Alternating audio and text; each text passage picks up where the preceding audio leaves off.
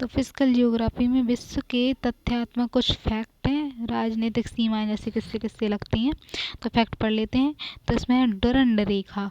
Durand रेखा अफगानिस्तान पाकिस्तान के बीच में है। फिर मैकमोहन रेखा, ये भारत और चीन के पास है, भारत और चीन के बीच में है। फिर magic night line, France Germany के पास है। मैजिक नाइट लाइन फ्रांस और जर्मनी के बीच में है। रेड क्लिफ रेखा, ये भारत पाकिस्तान के पास है। फिर 38वीं सीमांत सीमा उत्तरी और दक्षिणी कोरिया के पास से गुजरती है। फिर 49वीं सामांत सीमा रेखा, ये यूएसए और कनाडा के बीच है। और 16वीं सीमांत रेखा फिर नामीबिया और अंगोला के बीच होती है। तो ये सीमा रेखाएं। फिर अंतर्राष्ट्रीय सीमाओं के रूप में नदियों का प्रयोग, तो नदियों का प्रयोग कहाँ हो रहा है अंतर्राष्ट्रीय सीमा रेखा के रूप में, तो रियो ग्रांडो नदी मेक्सिको और यूएसए के सीमा रेखा बनाती है। रियो ग्रांडो नदी मेक्सिको यूएसए। अमूर नदी चीन और रूस में बनाती है।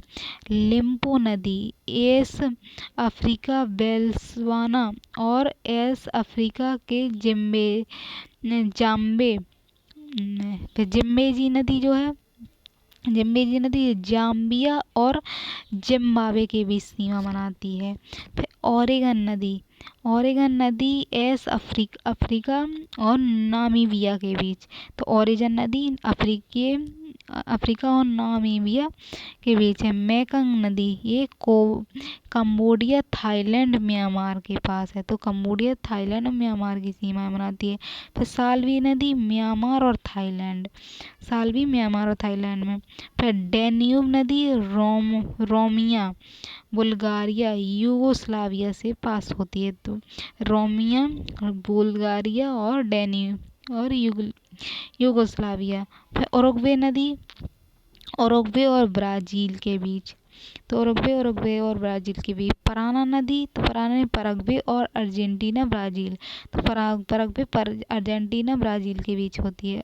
और ओडर नदी, तो जर्मनी और पोलैंड के बीच सीमा बनाती है, तो सीमा के रूप में नदी का उपयोग है। फिर नदी के किनारे बसे शहर, तो कौन से शहर किस नदी के किनारे बसे हैं, तो जैसे है नील नदी के किनारे अल्जेंडिया बसा है। टिग्रिस नदी के किनारे बगदाद है। फिर चोफ्राया नदी बैंकॉक जो शहर है वो चोफ्राया नदी के किनारे है। फिर डैन्यूब के पास में बेलग्रैंड शहर है। राइन नदी के किनारे बॉर्न शहर है राइन नदी के पास। डैन्यूब के किनारे बूडापेस्ट शहर भी है। नील नदी कोहिरा शहर है नील नदी के किनारे। रावी के पास लाहौर है। डैन्यूब के पास लिंजत शहर भी है डैन्यूब के पास, और ये बूडापेस्ट भी डैन्यूब के पास था, और लिंजत भी डैन्यूब के पास था, और डैन्यूब के पास बेलग्रैंड भी था। तो ये डैन्यूब के हो गए तीनों। फिर लंदन के पास है टेम्स नदी, से थेम्स भी बोलते हैं। मोरक्को के से मोस्कावा नदी है मोरक्को के किनारे। फिर मॉन्ट्रियल जो शहर है उसके पास कौन सी नदी, ओटावा नदी है, मॉन्ट्रियल के पास ओटावा। कराची जो शहर है वो सिंधु नदी के किनारे बसा है। फिर न्यूयॉर्क के नदी हडसन नदी के पास है। पेरिस फ्रांस की राजधानी जो पेरिस है वो सीन नदी के किनारे है। फिर सेंट लॉरेंस नदी, तो सेंट लॉरेंस के पास क्यूबेक है।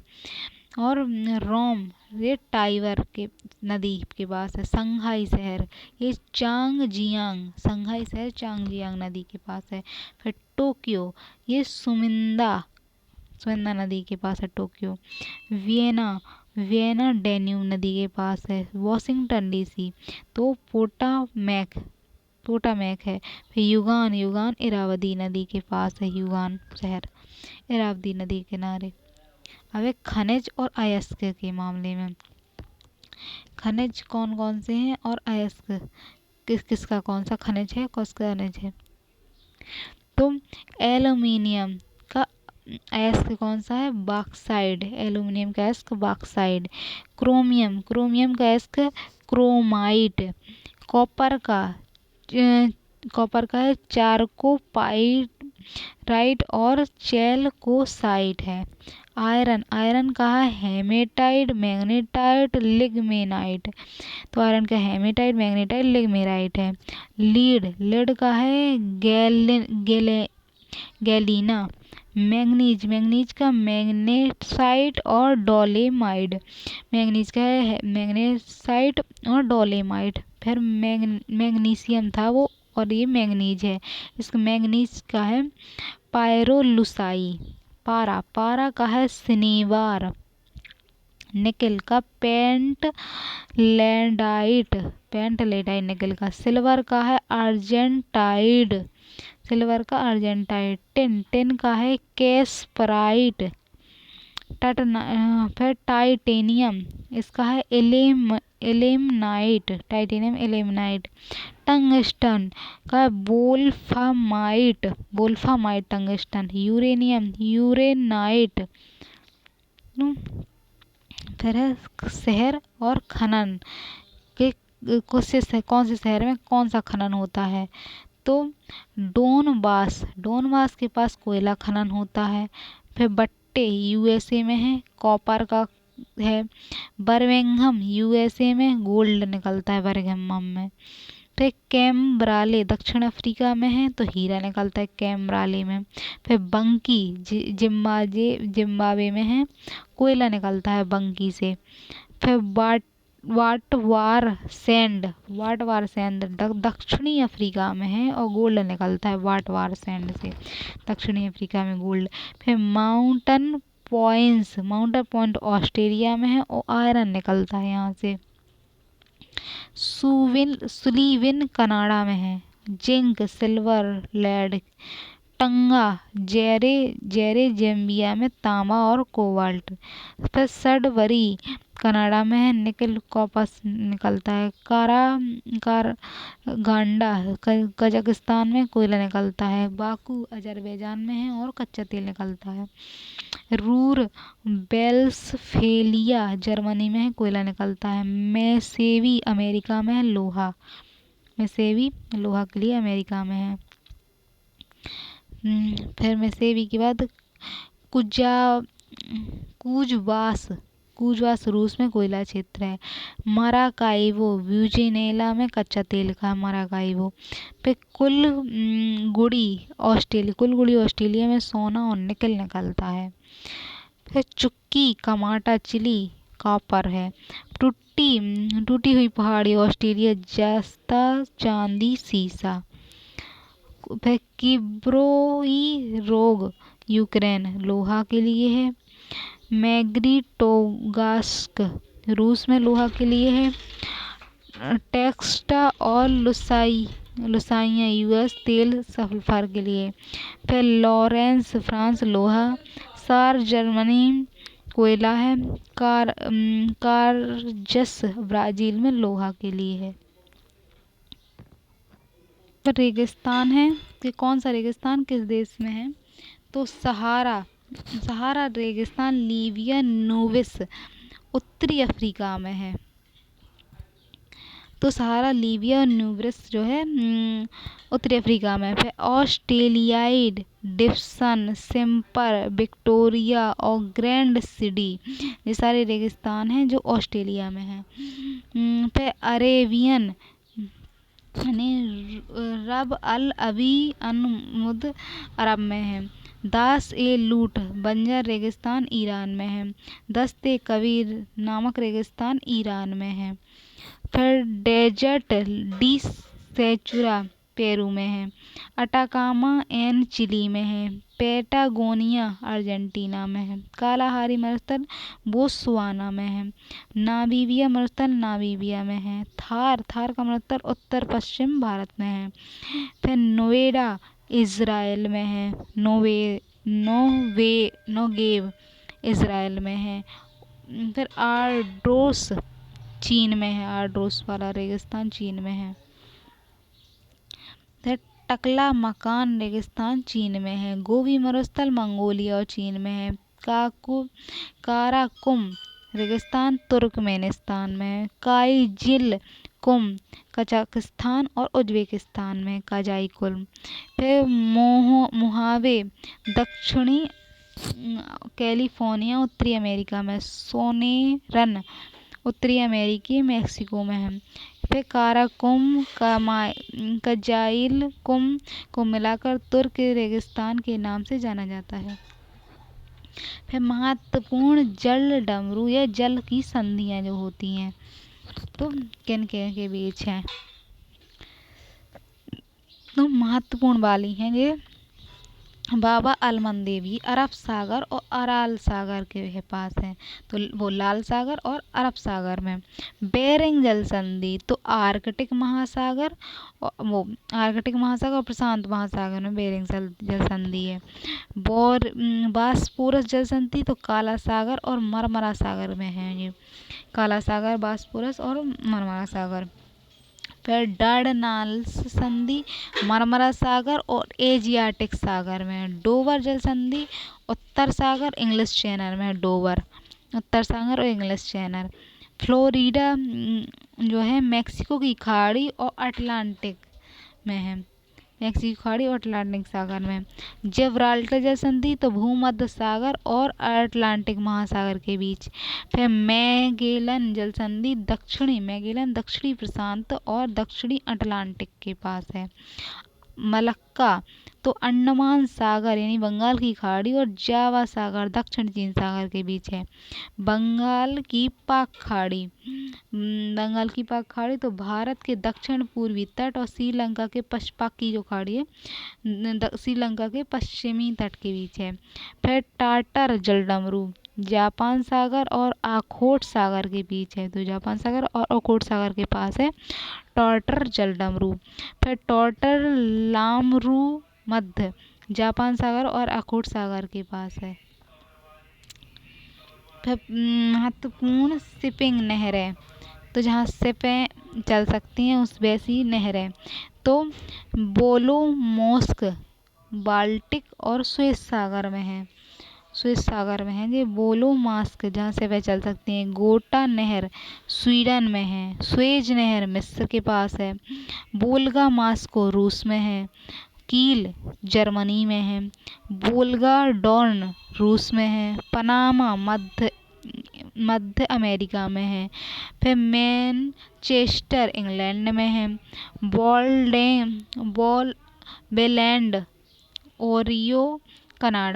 ओंटारियो कनाडा में बेलैंड। फिर सॉल्ट सेंट्री नहरें यूएसए कनाडा में है।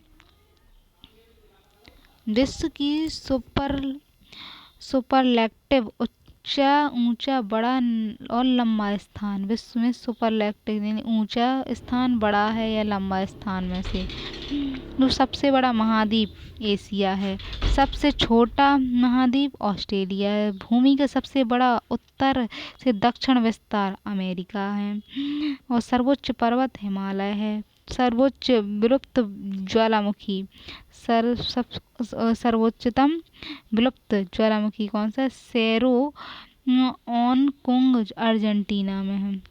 सबसे ऊंचा सक्रिय ज्वालामुखी तो ओजस डेल सलाडो में है। सबसे सक्रिय ज्वालामुखी किलाउ हवाई है। सबसे बड़ा ग्लेशियर सियाचिन ग्लेशियर। सबसे शुष्क स्थान अटाकामा रेगिस्तान है। वर्षा वाला स्थान मानसीराम है, सबसे ज़्यादा वर्षा होती है। सबसे कम वर्षा तो वास्तोक अंटार्कटिका में। उच्चतम तापमान अल्जीरिया और लीबिया में है, उच्चतम तापमान अल्जीरिया और लीबिया में होता है। सबसे ऊंचा और सबसे बड़ा पठार तो तिब्बत है या किंगहाई कहते हैं। पृथ्वी का सबसे निचला बिंदु मरियाना सागर इजराइल जॉर्डन में है, मरियाना। फिर सबसे बड़ा प्रायद्वीप अरब प्रायद्वीप है। सबसे बड़ा मरुस्थल सहारा अफ्रीका में है। सबसे बड़ा द्वीप ग्रीनलैंड है और कालालित नूतन। सबसे बड़ी घाटी ग्रैंड तो ग्राउंड केन्या कोलोराडो नदी या एरिजोना में है। सबसे ऊंचा जलप्रपात तो एंजल जलप्रपात वेनेजुएला में है। सबसे लंबी coral reef great barrier reef Australia के पास है। सबसे बड़ा द्वीप समूह इंडोनेशिया है। सबसे बड़ा महासागर प्रशांत महासागर है। सबसे छोटा महासागर तो आर्कटिक है, जो ऊंचा ऊपर उत्तर में पाया जाता है आर्कटिक। सबसे गहरा महासागर प्रशांत है। सबसे महासागर में सबसे गहरा बिंदु मरियाना ट्रंच है, तो मरियाना ट्रंच है फिलीपींस के पास है। सबसे गहरा महासागर स्थल चैलेंजर डीप है, जो 10,900 मीटर है। सबसे बड़ा ज्वार भाटा तो बे ऑफ फंडी नोवा ऑस्ट्रेलिया में है। सबसे बड़ा समुद्र सबसे गहरा नहीं है लेकिन, तो दक्षिण चीन सागर है। भूगोल का ब्रह्मांड वाला पढ़ना है, तो ब्रह्मांड वाले में सबसे पहले भूगोल का अर्थ परिभाषा यहाँ से शुरू कर देते हैं। ये सबसे लास्ट में पढ़ रहे हैं। सबसे पहला वाला है भूगोल यानी जियोग्राफी। संपूर्ण ब्रह्मांड में मानव के निवास के रूप में वर्तमान समय प्रणाली एकमात्र ग्रह पृथ्वी है। पृथ्वी के बारे में विवरणों के संपूर्ण अध्ययन करने वाला विज्ञान है। विषय में भूगोल भूगोल शब्द है यानी एकमात्र गुण का परिचायक है, ना तो संपूर्ण भूगोल के वास्तविक सीमाओं का। तो जो भूगोल है ये शब्द सिर्फ जो भूगोल है एक शब्द गुण बताता है कि गोल संपूर्ण, लेकिन वास्तविकता को सीमाओं को परिचय नहीं देता। अंग्रेजी का शब्द है जियोग्राफी। दो शब्दों से मिलकर है, जियो यानी पृथ्वी, जियो और पृथ्वी, ग्राफी यानी गोल, ग्राफी यानी वर्णन, जियोग्राफी यानी पृथ्वी का वर्णन। इस शब्द की भूगोल की संपूर्ण अध्ययन का बोध करने के लिए अपूर्ण है, क्योंकि मात्र पृथ्वी का वर्णन कर देने से भूगोल का वास्तविक लक्ष्य नहीं है प्राप्त किया जा सकता। विद्वानों द्वारा प्राचीन काल से ही नवीन शास्त्रों के रूप में मान्यता प्रदान की गई है। इसके अंदर पृथ्वी के वर्णन के साथ विभिन्न देशों के निवासियों, रहन सहन, इस धरातलीय आकृति का अध्ययन, ज्वालामुखी, भूकंप, ज्वार भाटा, लहरें आदि का महत्व प्रदान किया गया है। तो सभी को देखना होता है इसमें। फिर समय परिवर्तन के साथ वर्तमान शताब्दी में भौगोलिक अध्ययन को समय पृथ्वी के अध्ययन से हटाकर धरातलीय पेटियों में मानव कल्याण की समस्त पहलुओं को शामिल किया गया है। तो पृथ्वी के अध्ययन से जो भौगोलिक अध्ययन है उसमें क्या मानव के हित में जो उपयोगी है उस सब का अध्ययन किया जाता है।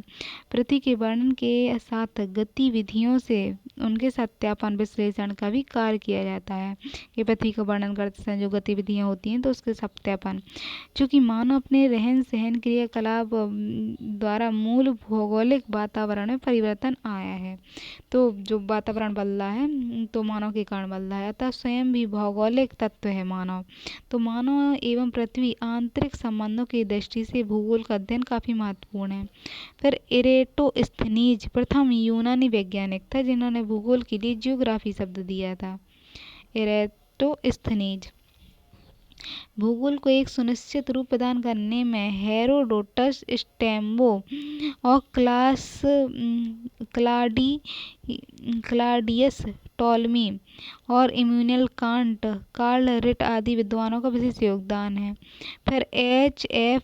टॉजर ने हिकेटियस को भूगोल का पिता माना था, जिसके स्थल भाग को सागरों से घिरा हुआ माना। तो स्थल भाग है तो स्थल भाग को उसने सागरों से घिरा हुआ माना। यह दो महादेशों का ज्ञान, तो यहाँ दो महादेशों का ज्ञान दिया। और उसकी प्रसिद्ध पुस्तकें जैस पीरियड्स हैं। अरस्तु प्रथम दार्शनिक था जिसने पृथ्वी के आकार को गोलाभ माना। भूगोल के विकास में टॉलमी का योगदान भी उल्लेखनीय रहा है। उन्होंने मानचित्र कला का जनक माना जाता है। उन्होंने अपने कार्य का संग्रह, जो कार है तो कार का संग्रह अल्मागेस्ट के नाम से किया। टॉलमी की प्रसिद्ध पुस्तक ग्रहीय परिकल्पना है, जो उन्होंने सर्वप्रथम बंगाल की खाड़ी मानचित्र पर अंकित किया है। भूगोल की शाखा, तो वर्तमान समय में भूगोल के अंतर्गत निम्नलिखित शाखाओं का अध्ययन किया जाता है। भौगोलिक, भौतिक भूगोल, इसमें भौतिक वस्तुओं, समुद्र, वायुमंडल आदि परिवर्तन परिक्रमों का अध्ययन किया जाता है। मानव भूगोल, तो इस वाली शाखा में मानव को जन्म से लेकर वर्तमान समय तक के विकास की क्रियाओं, परिवर्तन जो आया उसका अध्ययन। फिर आर्थिक भूगोल, इसमें यह मानव की भूगोल की एक शाखा, इसमें मानव की उत्पत्ति से लेकर विकास की विभिन्न आर्थिक क्रियाओं पर समग्र अध्ययन है। फिर कृषि भूगोल, इसमें भौगोलिक दशाओं में फसलों के उत्पादन वितरण किया। फिर जनसंख्या भूगोल, इसमें मानव प्रजाति की उत्पत्ति, विकास, विश्व में कितना वितरण है, स्थान के विभिन्न प्रजातियों का अध्ययन किया जाता है। फिर मानचित्र कला, तो चूंकि भौगोलिक में अध्ययन में सर्वाधिक महत्वपूर्ण आधार है, इसका निर्माण विधियों का अध्ययन यह चित्रकला के अंतर्गत किया जाता है। भूगोल की उपशाखाएं हैं, तो भू आकृति विज्ञान, भूगोल, भू विज्ञान और भौतिक भूगोल का अध्ययन है। प्राकृतिक भूगोल, तो ये स्थलाकृतियों का अध्ययन है। प्राकृतिक भूगोल भूधरातल की स्थलाकृतियों का। फिर परिवर्तन विज्ञान, तो पर्वतों की उत्पत्ति, संरचना, विकास का अध्ययन है। समुद्र विज्ञान सागरों का अध्ययन है। जलवायु विज्ञान, तो इसमें जलवायु का अध्ययन है। भूकंप विज्ञान भूकंपों का अध्ययन है। आश्म विज्ञान चट्टान शैलों का अध्ययन है। पारिस्थितिक अध्ययन जीवों वातावरण के पारिस्थितिक संबंधों का अध्ययन है। सरोवर में झीलों का अध्ययन किया जाता है। ज्वालामुखी में ज्वालामुखी का समग्र अध्ययन किया जाता है। तो मृदा विज्ञान मिट्टी के निर्माण में। घास विज्ञान घासों के भौगोलिक पर्यावरण के साथ अध्ययन। वर्षण विज्ञान वर्षा में होना व उसके वितरण का अध्ययन किया जाता है। मानव भूगोल, तो भौतिक भूगोल की ही भांति मानव भूगोल का अध्ययन विभिन्न उपशाखाओं में विभाजित करके किया जाता है। मानव शास्त्रीय नृविज्ञान मानव की उत्पत्ति से लेकर वर्तमान समय तक पर्यावरण के संबंधों का अध्ययन मानव शास्त्रीय विज्ञान है। सर मानव जाति विज्ञान धरातल पर विस्तृत मानव जाति का प्रजाति इकाइयों के रूप में अध्ययन है। विश्व में पाई जाने वाली विभिन्न संस्कृतियों का पर्यावरण के साथ संबंधों को अध्ययन रखकर वितरण प्रारूप को दर्शाने का वैज्ञानिक अध्ययन है। ब्रह्मांड, अब पढ़ते हैं ब्रह्मांड के बारे में। द यूनिवर्स, ब्रह्मांड कैसा है? तो पृथ्वी के चारों ओर अनंत आकाश को ब्रह्मांड कहते हैं, जिसके अंतर्गत परमाणु से लेकर आकाश गंगा और उसके समूह मंदाकिनी तक आते हैं। आकाश गंगा के अनंत समूह को सम्मिलित रूप ही ब्रह्मांड है। ब्रह्मांड टिमटिमाते या झिलमिलाते तारों का समूह है। अनेक सौर मंडल इसमें शामिल हैं। वैज्ञानिक आधार पर खगोल शास्त्र की नींव रखने वाले वैज्ञानिक केपलर ने 3 ऐसे नियमों का प्रतिपादन किया, जिन्हें ग्रहों की गति, सूर्य के ग्रहण, ग्रहों की दीर्घवृत्तीय कक्षा और सूर्य के सापेक्ष ग्रहों की गति, सूर्य से ग्रहों की दूरी की व्याख्या की। तो कोपरनिकस ने, केपलर ने की। फिर इटली के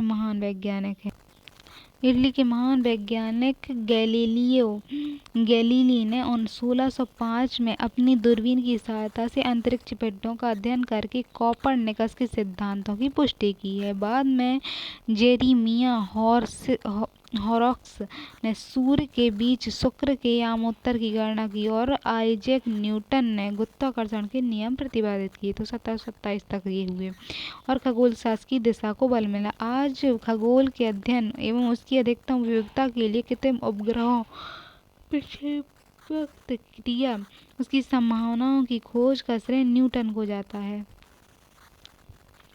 1781 में ब्रिटिश खगोल शास्त्री विलियम हर्शेल ने यूरेनियम की खोज की। तो विलियम हर्शेल जो थे, उन्होंने यूरेनस की खोज की और आश्चर्यचकित कर दिया और 1805 में दूरबीन की सहायता से प्रमाणित कर दिया कि ब्रह्मांड केवल इसका जो ब्रह्मांड केवल हमारे सौर मंडल तक सीमित नहीं है, वरन हमारा सौर मंडल में करोड़ों तारों के समूह, आकाश गंगाओं का अत्यंत छोटा भाग है। 20वीं सदी के आरंभिक वर्षों में खगोल शास्त्री हेलो सेपी ने 1886 से 1972 में चमकीले तारों यानी सेफ फील्ड वेरिएबल्स का मानकीकृत प्रकाश स्रोत के रूप में उपयोग करते हुए पतली आकाशगंगा मिल्की वे स्पष्ट मानचित्रण किया। उसकी लंबाई 3 लाख प्रकाश वर्ष निर्धारित की, तो 3 लाख प्रकाश वर्ष थी। उन्होंने प्रकाश वर्ष की इसी विस्तार को संपूर्ण ब्रह्मांड का और छोर माना। शेपली की इस धारणा को 1924 में महान अमेरिकी खगोल शास्त्री एडविन और पोलर हब्बल ने गलत प्रमाणित कर दिया।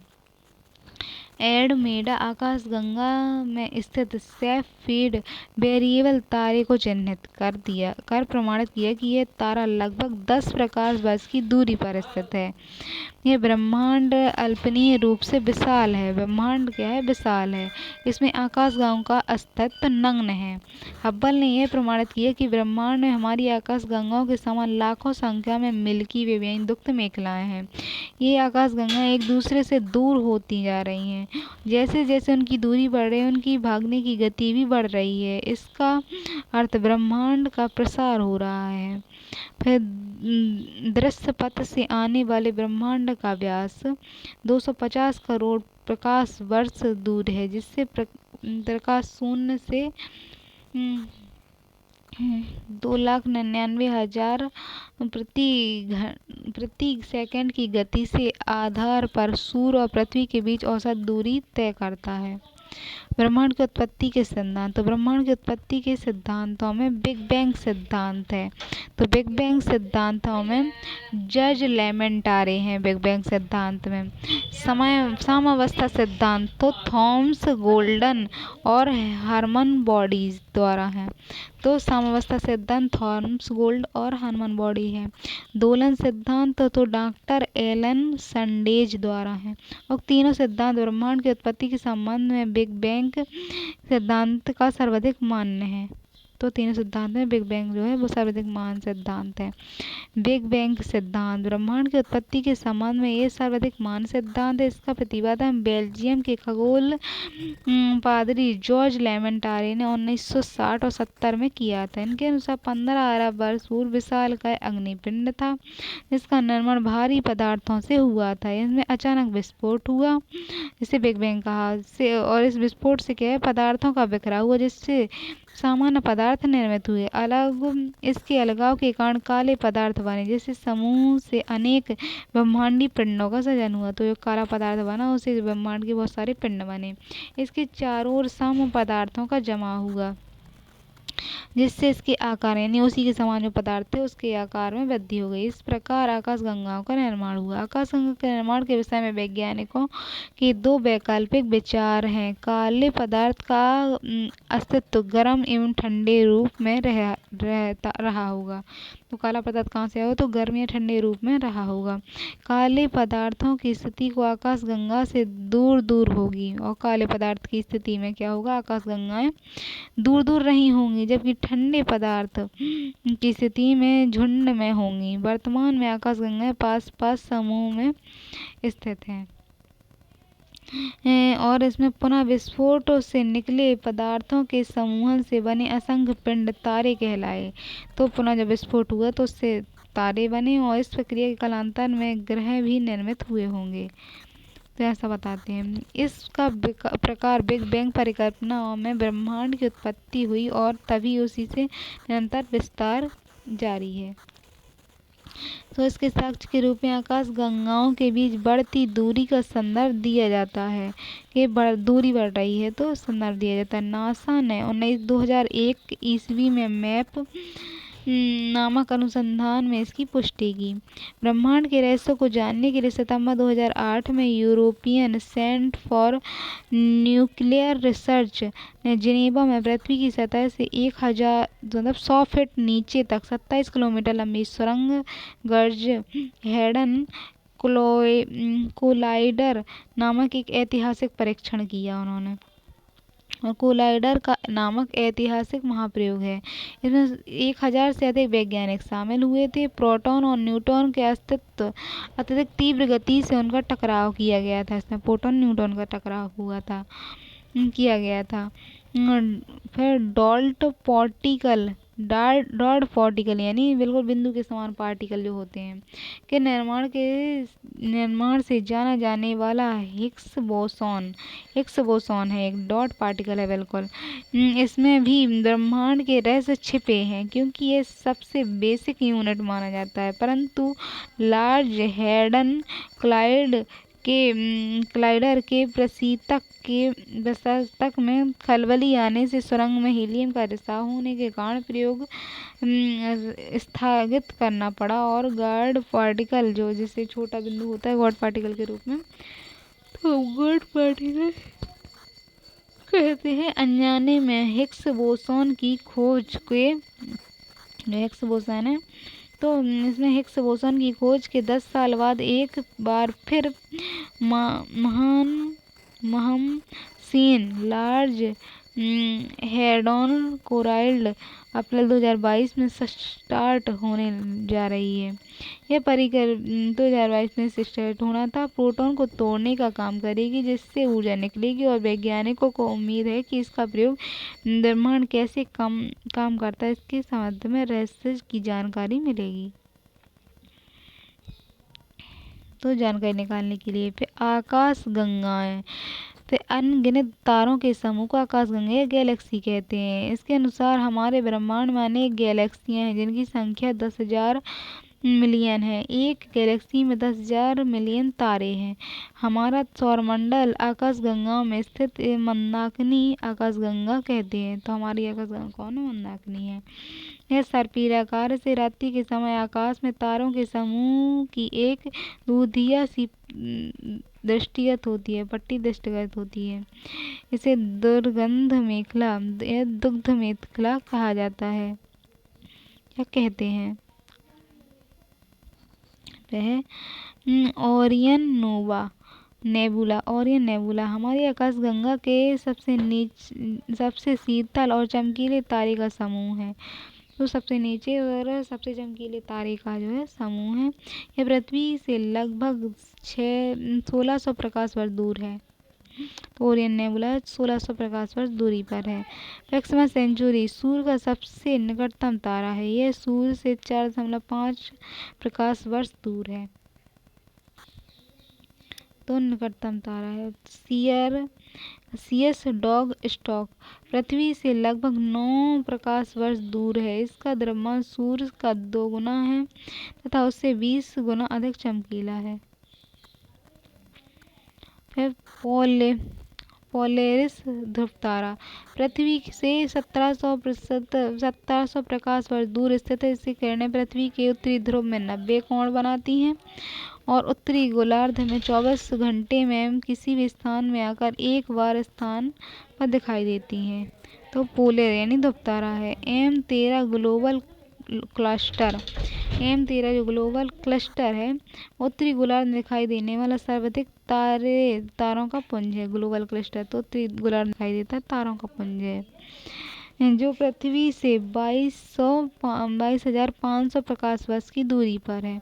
दुग्ध मेखला के नीचे दाहिनी तरफ 2 चमकीले बिंदु दक्षिणी गोलार्ध में एक दुग्ध मेखला अथवा आकाशगंगा प्राय अधिक विशिष्ट होती है।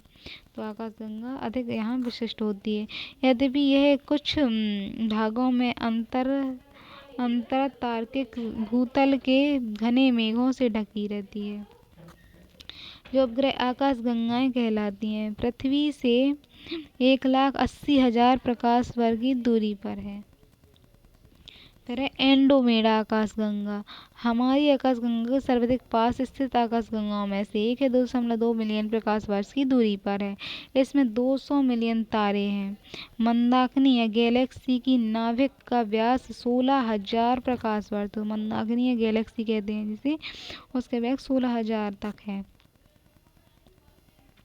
इसके केंद्र में 3200 प्रकाश वर्ष की दूरी पर सौर मंडल का केंद्र सूर्य है। तो 3200 प्रकाश वर्ष की दूरी पर हमारा सूर्य है। सूर्य 250 यानी 250 किलोमीटर प्रति सेकंड की गति से औसत करोड़ वर्ष मंदाकिनी की नाभिक का एक परिक्रमा पूरा करता है। तो 250 किलोमीटर प्रति घंटा के हिसाब से चलता है तो 25 करोड़ वर्ष में मंदाकिनी की परिक्रमा पूरा कर लेता है। इस अवधि को एक ब्रह्मांड वर्ष कहते हैं। जब वो परिक्रमा कर लेता है तो एक ब्रह्मांड वर्ष कहते हैं। हमें ब्रह्मांड की अब तक की विशालतम गैलेक्सी, वैज्ञानिकों ने अब तक की सबसे विशाल गैलेक्सी फिनिक्स की खोज कर ली है। यह गैलेक्सी प्रतिदिन इतने स्टार को जन्म देती है जितनी हमारी आकाशगंगा एक साल में भी नहीं देती, इसीलिए इसे आकाशगंगा की माँ कहते हैं। तो फिनिक्स ही उसका नाम। नासा के चंद्रा एक्सरे टेलीस्कोप से इस विशालतम और सबसे चमकीली गैलेक्सी को खोजा गया है, जो हर साल 750 स्टार को जन्म देती है। चमकीला विशाल फिनिक्स गैलेक्सी हमारी मिल्की वे आकाशगंगा है, जिससे 5.7 अरब प्रकाश वर्ष दूर है। तो फिनिक्स गैलेक्सी है मिल्की वे से कितनी, 5.7 अरब वर्ष प्रकाश दूर है। तारे का जन्म और तारे की मृत्यु। तो प्रकाशवान तथा प्रकाश उत्पन्न करने वाले खगोलीय पिंड को तारा कहते हैं।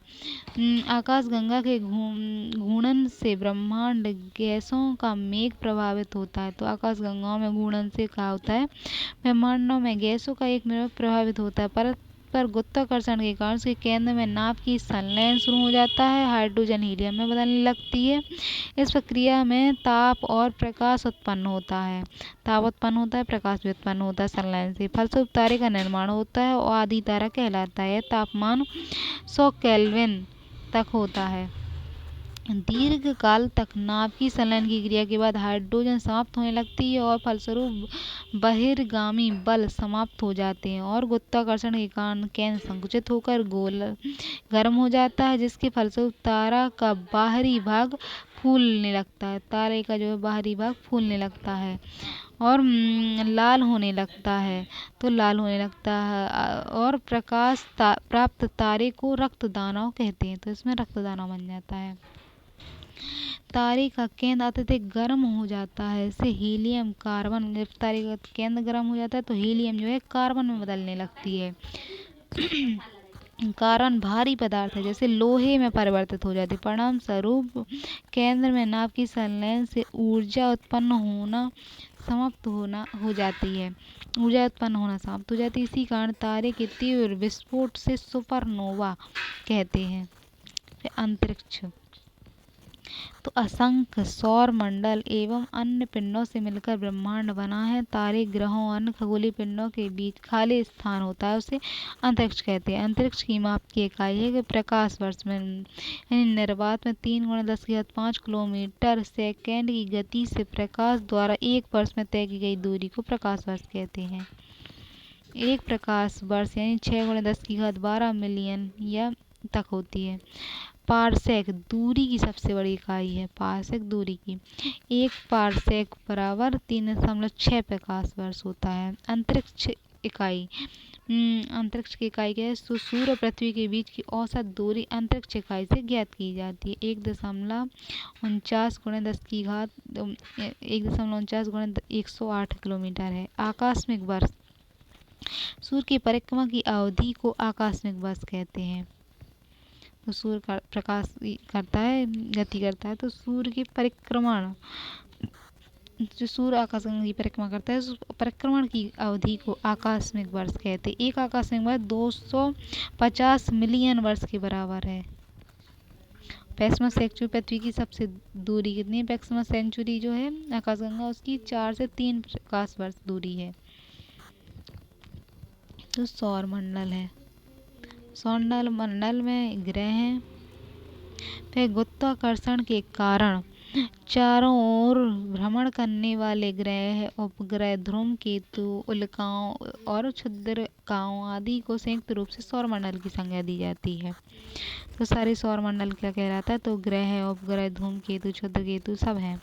1930 में सौर मंडल में प्लूटो या कुबेर सहित कुल 9 ग्रह थे। तो 1930 तक प्लूटो सहित 9 ग्रह थे और जिन्हें 24 अगस्त 2006 को प्रयाग यानी चेक गणराज्य में संपन्न सम्मेलन अंतर्राष्ट्रीय खगोल शास्त्री संघ में इंटरनेशनल एस्ट्रोनॉमिकल यूनियन IAU द्वारा प्लूटो को ग्रह की श्रेणी से बाहर कर दिया, क्योंकि वर्तमान में सौर मंडल में 8 ग्रह बचे हैं जो सूर्य से बढ़ते हुए दूरी के क्रम में बुध, शुक्र, पृथ्वी, मंगल, बृहस्पति, शनि और वरुण है। ग्रह उन पिंडों को कहा जाता है जो सूर्य के चारों ओर घूमते हैं, और सभी ग्रह सूर्य और से प्रकाश और ताप प्राप्त करते हैं। तो सूर्य की ओर घूमते हैं और ताप और प्रकाश प्राप्त करते हैं। IAU द्वारा ग्रहों को परिभाषित करने के उद्देश्य से 203 में एक सीमित गठन किया गया। 2003 में एक समिति का गठन किया गया। इस समिति के अनुसार ग्रह की नई परिभाषा दी गई है। 2003 में गठित की गई थी समिति। 2006 में सम्मेलन हुआ था। तो वह पिंड ग्रह कहलाएगा जो सूर्य की परिक्रमा करते हैं और अपने गुरुत्वाकर्षण के लिए न्यूनतम द्रव्यमान इतना हो कि वह लगभग गोलाकार हो और उनकी कक्षा पड़ोसी के मार्ग को विचलित नहीं करती हो। प्लूटो के उपयुक्त मापदंडों को पूरा नहीं करता था, इसलिए ग्रहों की श्रेणी से नहीं रखा। प्लूटो कभी कभी नेपच्यून की कक्षा को पार करता था, जिसके कारण उसे ग्रह की श्रेणी से हटा दिया गया। ग्रह के उपग्रह भी होते हैं। ग्रह हैं तो उनके उपग्रह, जैसे पृथ्वी और अन्य ग्रह सूर्य की परिक्रमा करते हैं, उसी प्रकार उपग्रह ग्रहों की परिक्रमा करते हैं। सौर मंडल में 8 ग्रहों में बुध, शुक्र, पृथ्वी, मंगल पार्थिव ग्रह हैं अतः अंतःग्रह भी कहते हैं। जबकि बृहस्पति, शनि, यूरेनस, नेपच्यून वह ग्रह हैं बृहद ग्रह कहा जाता है।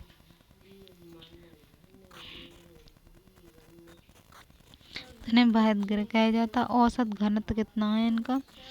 1.408 ग्राम सेंटीमीटर कोर घनत्व है। सूर्य सतह का तापमान 6000 डिग्री सेल्सियस है। सूर्य का भार पृथ्वी के भार से कुल केंद्र का 16 मिलियन है। सूर्य का भार पृथ्वी के भार का 3,30,000 गुना है। तो सूर्य का भार 3,30,000 गुना है। सूर्य के आकार सूर्य पर जो उपग्रह गए हैं, आदित्य L1 है, PSLV है और C57 है। तो सूर्य हमारी सर्पिलाकार मंदाकिनी, जिसे ऐरावत पथ कहा जाता है, इसके 100 अरब तारों में से सूर्य एक तारा है। तो मंदाकिनी है, तो मंदाकिनी 100 अरब तारों में से सूर्य एक तारा है। और सौर मंडल के केंद्र में जो तारा है उसे जूनक सूर्य कहते हैं, जनक सूर्य कहा जाता है। इसमें रासायनिक संगठन में 71% हाइड्रोजन और 26% हीलियम होती है। 1.5% कार्बन, नाइट्रोजन 1.5% भाग बचा, उसमें कार्बन, नाइट्रोजन, ऑक्सीजन, नियान 0.5% लोहा समूह अन्य तत्व भी पाए जाते हैं। सौरमंडल में कुल द्रव्यमान का, तो जो सौर मंडल है उसके कुल द्रव्यमान का 99.95% भाग सूर्य में संचित होता है। तो जितना भी द्रव्यमान है उसका सब भाग 99% भाग तो सूर्य में ही है।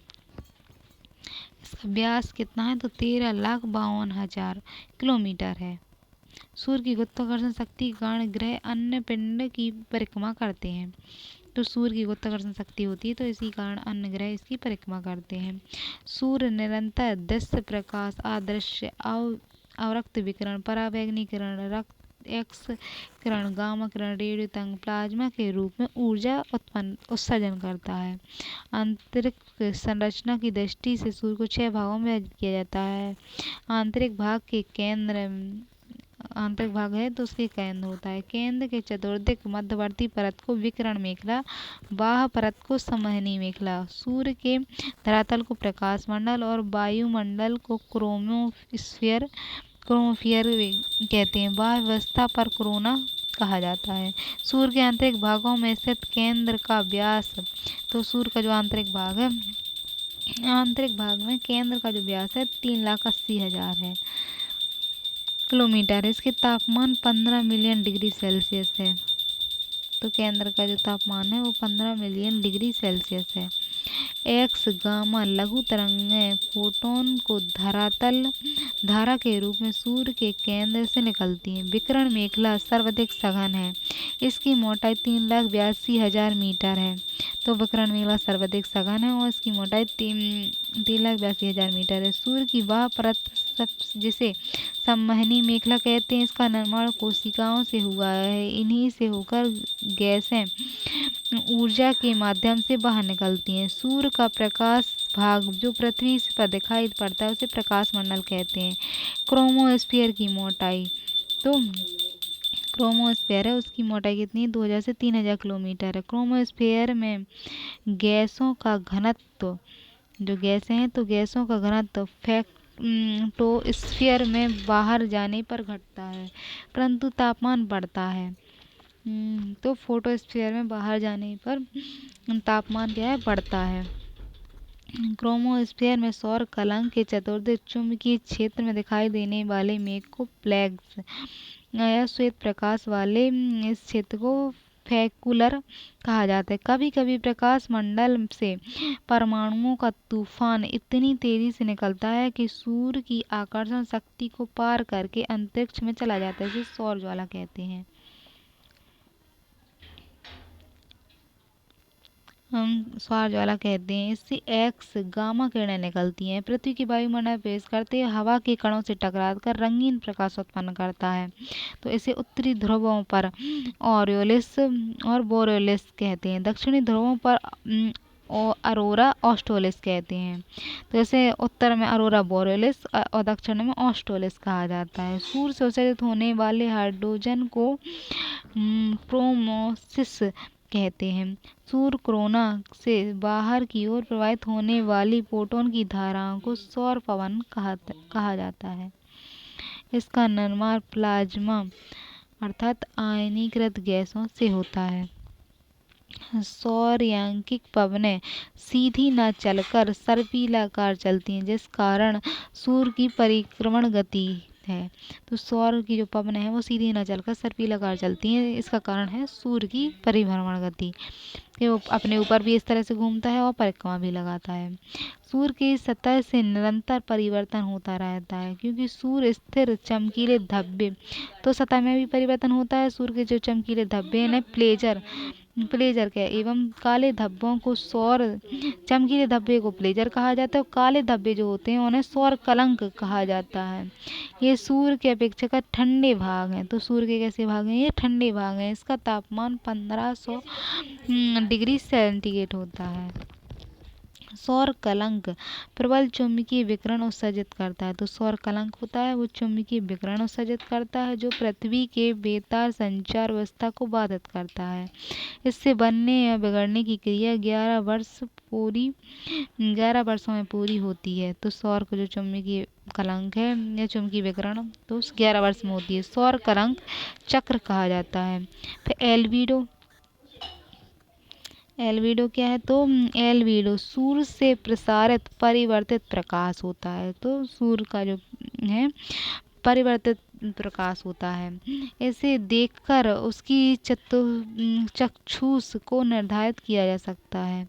एल्बिडो का संभावित मूल्य अंधेरे के लिए 0 और चमक के लिए 1 होता है। पृथ्वी का एल्बिडो 0.31 है, जो बुध ग्रह का एल्बिडो 0.10 है।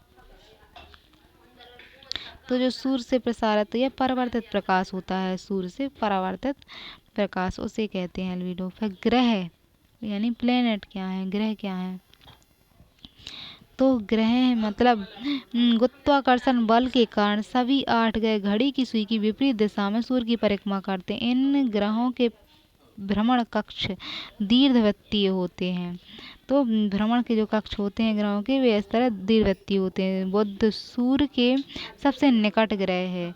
इसके पश्चात क्रमशः शुक्र, पृथ्वी, मंगल, बृहस्पति, शनि और रोमा का स्थान आता है। सभी ग्रहों को 2 समूहों में विभाजित किया जा सकता है।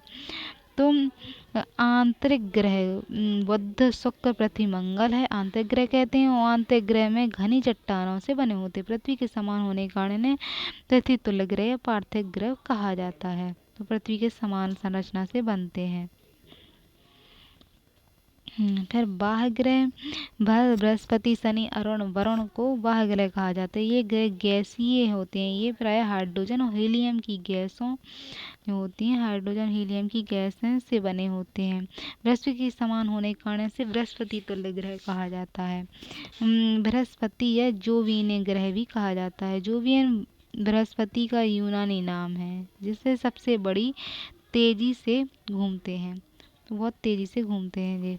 अब है बुध ग्रह यानी मरकरी बोलते हैं। बुध सौर मंडल का सबसे छोटा ग्रह है, सूर्य के सबसे निकटतम ग्रह है। सूर्य से सर्वाधिक निकट होने के कारण बुध की परिक्रमण गति सर्वाधिक होती है। तो परिक्रमा करने की गति सर्वाधिक होती है, यानी 88 दिन में सूर्य की प्रदक्षिणा करके पूरी कर लेता है। और परिभ्रमण गति 59 दिन की होती है, यानी अपने स्थान पर घूमने में समय लगाता है 59 दिन का। इसका तापांतर सभी ग्रहों में अधिक, तो तापांतर जो है सभी ग्रहों में अधिक होता है 560 डिग्री सेंटीग्रेड। बुध एक दिन में पृथ्वी के 90 दिन के बराबर होता है, तो बुध का एक दिन जो है पृथ्वी के 90 दिन के बराबर है। शुक्र की तरह बुध को भी प्रायः भोर का तारा कहा जाता है, क्योंकि ये दोनों ग्रह सूर्य एवं पृथ्वी के बीच स्थित है, इसीलिए सूर्य से पहले सूर्योदय के पश्चात दिखाई देते हैं। बुध प्रातः शाम के तारे के रूप में वर्ष में 3 बार दिखाई देता है, तो शाम के तारे के रूप में 3 बार दिखाई देता है, जिस कारण से साइनोडियल अवधि 116 दिन होती है। बुध का गुरुत्वाकर्षण पृथ्वी के गुरुत्वाकर्षण के 3/8 परिणाम है। पृथ्वी का 18वां भाग है, यानी गुरुत्वाकर्षण तो 3/18 8वां भाग है। गुरुत्वाकर्षण पृथ्वी के गुरुत्वाकर्षण का, यानी पृथ्वी का 18वां भाग है। इस जो सतह है वह चंद्रमा की सतह से काफ़ी मिलती जुलती है, तो बुध की सतह जो है चंद्रमा की सतह से काफ़ी मिलती जुलती है। बुध के धरातल पर हजारों कैडर स्थित होते हैं, तो बुध का जो धरातल है उस पर हजारों क्रेटर यानी गड्ढे हैं, जो क्रेटर के नाम जाना जाता है। कुइपर इसका व्यास 41 किलोमीटर है। बुध में सबसे पास से गुजरने वाला कृत्रिम उपग्रह मेरिस्मस था, और इसमें चित्रों से ज्ञात हुआ है कि सतह पर कई क्रेटर हैं, मतलब बुध पे बहुत सारे क्रेटर हैं, पर्वत हैं, मैदान अवस्थित हैं। इसका जीवन संभव नहीं है, क्योंकि वायुमंडल का अभाव है, यहाँ वायुमंडल नहीं है, इसीलिए यहाँ इस पर कोई उपग्रह भी नहीं है। अब है बुध का पारगमन। तो पारगमन में क्या है कि 8 से 9 मई 2006 को सौर मंडल का सबसे छोटा ग्रह बुध सूर्य के चक्कर लगाते हुए पृथ्वी के बीच से गुजरा था, जिसमें कुछ समय के लिए बुध ग्रहण जैसी स्थिति उत्पन्न हुई थी। इस घटना को खगोल विज्ञान में बुध पारगमन कहा जाता है। तो बीच से गुजरा और बुध ग्रहण जैसी स्थिति अनुभव हुई, तो बुध पारगमन कहते हैं इस घटना को। यह घटना क्या है, बुध पारगमन 100 वर्षों में औसतन 13 बार घटित होती है। पिछली बार यह बुध पारगमन 2003 में, फिर 2016 में घटित हुई। तो बुध पारगमन घटना फिर 2019 में घटित हुई और 2032 में पुनः घटित होगी। फिर शुक्र आवरण वाला ग्रह शुक्र सूर्य से निकटतम दूसरा ग्रह है। सूर्य की प्रदक्षिणा 225 दिन में पूरी करता है, तो पक्का परिक्रमा कब करता है, 225 दिन में पूरी करता है परिक्रमा, और परिभ्रमण 243 दिन में करता है। तो अपनी परिधि पर भी 243 दिन में घूमता है और परिक्रमा 225 में पूरी करता है। यह पृथ्वी के सर्वाधिक निकट स्थित है। इसका द्रव्यमान व आकार पृथ्वी के समान है, इसलिए इसे पृथ्वी का जुड़वा ग्रह व पृथ्वी जुड़वा बहन कहा जाता है। सघन वायुमंडल के कारण यहाँ बहुत ज़्यादा घना वायुमंडल है, जिससे ताप सर्वाधिक यानी 730 केल्विन तक होता है। सौर मंडल का सर्वाधिक गर्म ग्रह है। अधिकतर तापमान के कारण रात्रि में चंद्रमा के पश्चात सौर मंडल का सबसे चमकीला ग्रह है। सर्वाधिक चमकीला होने के कारण प्यार से इसे सुंदरता की देवी कहा जाता है। इससे वायुमंडल में कार्बन डाइऑक्साइड सर्वाधिक है और मिलती है। अधिक तापमान व अधिक कार्बन डाइऑक्साइड यहाँ प्रेशर कुकर की दशा में काम उत्पन्न करती है, और प्रेशर कुकर सदस्य ग्रह भी कहा जाता है। बुध की तरह शुक्र को भी सुबह का तारा या शाम का तारा कहा जाता है। शाम के पश्चात पश्चिम दिशा में और सुबह पूर्व दिशा में दिखाई देता है। इसका वायुमंडलीय दाब पृथ्वी से 90 गुना है। तो दाब कितना है इसका? वायु दाब 90 गुना अधिक है पृथ्वी से। शुक्र में वायुमंडल 56% तक कार्बन डाइऑक्साइड है उसकी वायुमंडल में। 96% तक तो कार्बन डाइऑक्साइड यानी सबसे ज़्यादा है। फिर 3.4% नाइट्रोजन है। फिर 0.1 या 0.5 तक जल वाष्प है। फिर argon, oxygen, neon, sulphur dioxide यहाँ उपस्थित हैं। सौर मंडल में ग्रहों में केवल शुक्र और अरुण है। तो शुक्र है और अरुण है, ये दोनों पूरब से पश्चिम की दिशा में घूर्णन करते हैं, जबकि शेष ग्रह के घूर्णन की दिशा पश्चिम से पूर्व होती है। ये पूरब से पश्चिम घूमते हैं ये शुक्र और अरुण। फिर बुध की तरह शुक्र भी एक अंतःग्रह है, यानी अंतःग्रह है पृथ्वी के समान वाला। इसमें 65 डिग्री उत्तरी अक्षांश पर स्थित मैक्सवेल शुक्र ग्रह का सर्वोच्च बिंदु है। तो मैक्सवेल है जो 65 डिग्री अक्षांश है शुक्र का, वहाँ पर स्थित है। इसके पश्चिम में चौसर पठार स्थित है जिसे लक्ष्मी पठार कहते हैं। 25 डिग्री दक्षिणी अक्षांश में बीटा पर्वत है। तो 25 डिग्री दक्षिणी अक्षांश पे बीटा पर्वत है, 25 डिग्री उत्तरी अक्षांश पर अल्फा पर्वत है। तो जैसे जो शुक्र है तो इसके 25 डिग्री यहाँ ऊपर में अल्फा पर्वत है और दक्षिण में बीटा पर्वत है, और 65 डिग्री उत्तर में, यहाँ 65 डिग्री उत्तर में मैकाइबुल है जो सबसे उच्च बिंदु है। शुक्र का पारगमन। तो एक दुर्लभ खगोलीय घटना 6 जून 2012 को संपूर्ण विश्व में समय पर देखने मिली थी, 2012 में देखने को मिली थी। शुक्र जो है सूर्य के सामने से होकर गुजरा था, जिसे पृथ्वी पर दिखाई दिया। तो पृथ्वी पर शुक्र ग्रहण जैसी घटना यानी काले धब्बे जैसा दिखाई दिया था, और सूर्य के सामने शुक्र का यह पारगमन एक दुर्लभ खगोलीय घटना है जो अगली बार 105 वर्ष पश्चात देखने को मिलेगी। तो 105 वर्ष में देखने को मिलती है शुक्र ग्रहण जैसी घटना। और उत्तरी और मध्य अमेरिका, दक्षिणी अमेरिका में यह पारगमन सूर्योदय के साथ आरंभ हुआ था, और मध्य एशिया, पूर्वी अफ्रीका में यह घटना सूर्योदय के साथ आरंभ हुई थी, परंतु अंतिम चरण में था ये। तो सूर्योदय के समय आरंभ हुई थी, लेकिन सूर्य जब इस समय अंतिम चरण में था। इस दुर्लभ खगोलीय घटना की कुछ उत्तम तस्वीरें अमेरिकी अंतरिक्ष एजेंसी नासा द्वारा जारी की गई हैं, और नासा को सोलर डायमेंट ऑब्जर्वेटरी यानी SDO पृथ्वी के 36,000 किलोमीटर की दूरी से सूर्य का अध्ययन करती हैं। सूर्य की अध्ययन करने वाली ऑब्जर्वेटरी हैं। तो वैज्ञानिक पारगमन की इस अवसर का प्रयोग शुक्र ग्रहों के जटिल वायुमंडल का अध्ययन करने के लिए किया जाता है। शोधकर्ता विशेष उपकरणों की सहायता सूर्य के डिस्क पर सीधी नज़र रखते हैं। यदि वैज्ञानिक आम जनता की बहुत ही अधिक ध्यानपूर्वक इस खगोलीय घटना को देखने की सलाह दी गई थी, क्योंकि व्यक्ति की दृष्टि भी जा सकती है। शुक्र पारगमन 243 वर्षों में लगभग 4 बार घटित होता है। पृथ्वी और शुक्र का परिक्रमा करने का मार्ग अलग अलग है। टेलीस्कोप की परिक्रमा करने का मार्ग अलग अलग, इसलिए घटना केवल 243 में 4 बार दिखती है। टेलीस्कोप के आविष्कार के पश्चात यह नज़ारा अब केवल 7 बार दर्ज किया गया। तो जब से टेलीस्कोप का आविष्कार हुआ तो 7 बार ही घटना दिखी है। 2004 में देखने को मिली थी, फिर 8 वर्ष के अंतराल के बाद 12 में, 17 में,